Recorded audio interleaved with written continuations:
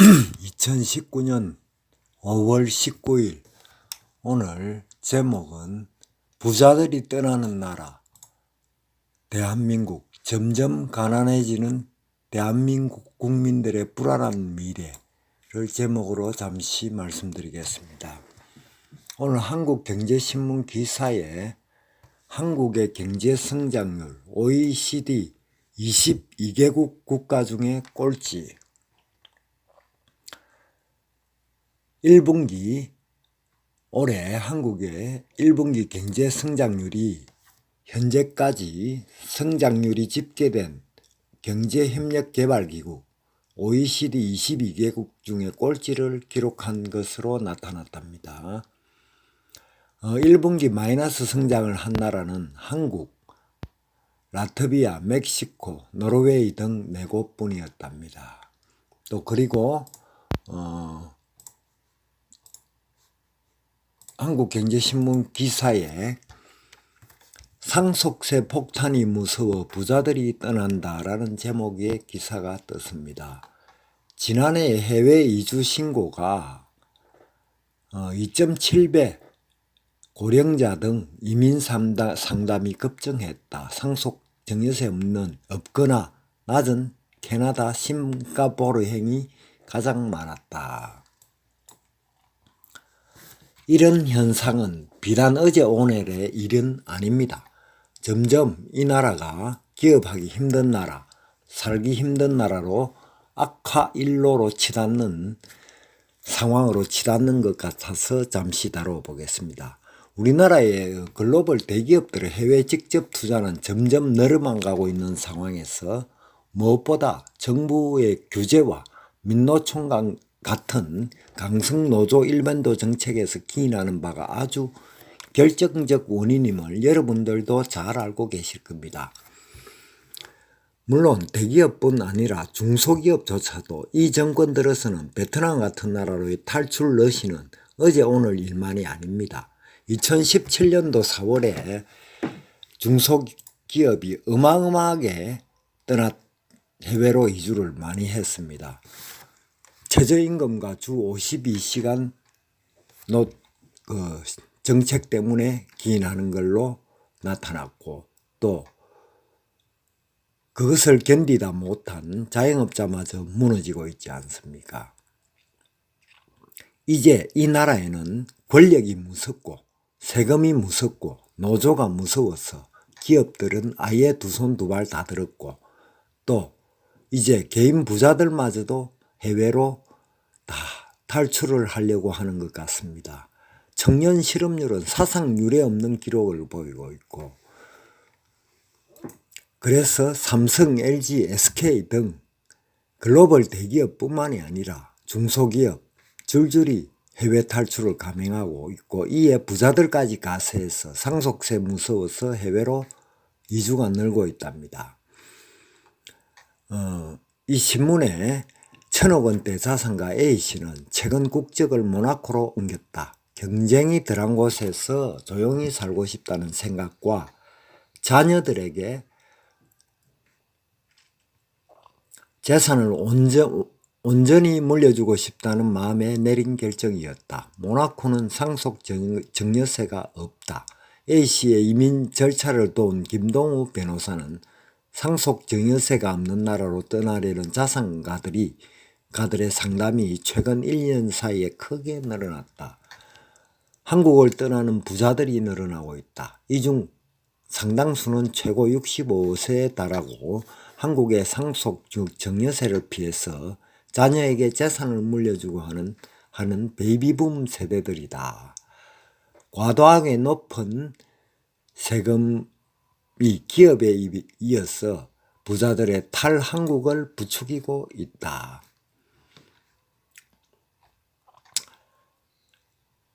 (19일) 관계 부처에 따르면은 지난해 외교부에 해외 이주를 신고한 사람은 2,200명으로 2017년 825명에 2.7배로 늘었고 2008년 이후 10년 만에 최대치이다.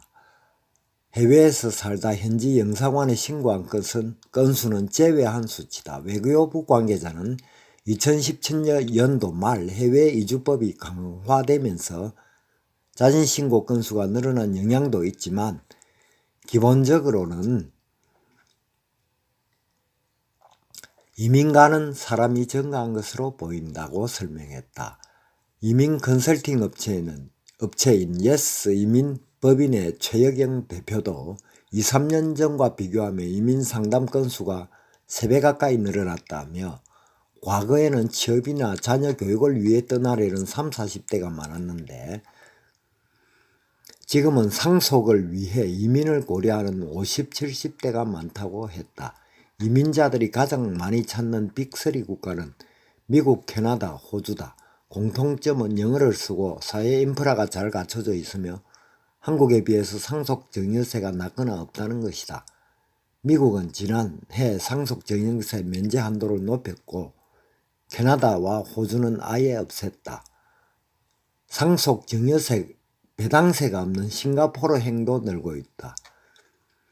임동원 한국경제연구원 부연구위원은 한국의 과도한 상속세로 인해서 국부가 해외로 유출되는 것이라며 가업 승계를 막고 이민을 부추기는 징벌적인 세금을 대폭 낮추어야 한다고 말했다. 매우 옳은 소리죠. 경영권까지 국민연금 지분을 통해서 탈취해버리는 이 정권 얼마나 무섭겠습니까? 많이 가진 기업들이나 많이 가진 개인은요. 여러분, 자 우리 저 같은 50대 또 40대 분들도 이제 세상을 알만한 나이이십니다. 여러분, 자유민주주의 시장경제체제는 작은 정부 큰 시장을 통해서 중산층이 두터운 사회를 만들어서 권력의 사회 통제를 점점 적게 만들어가는 체제입니다.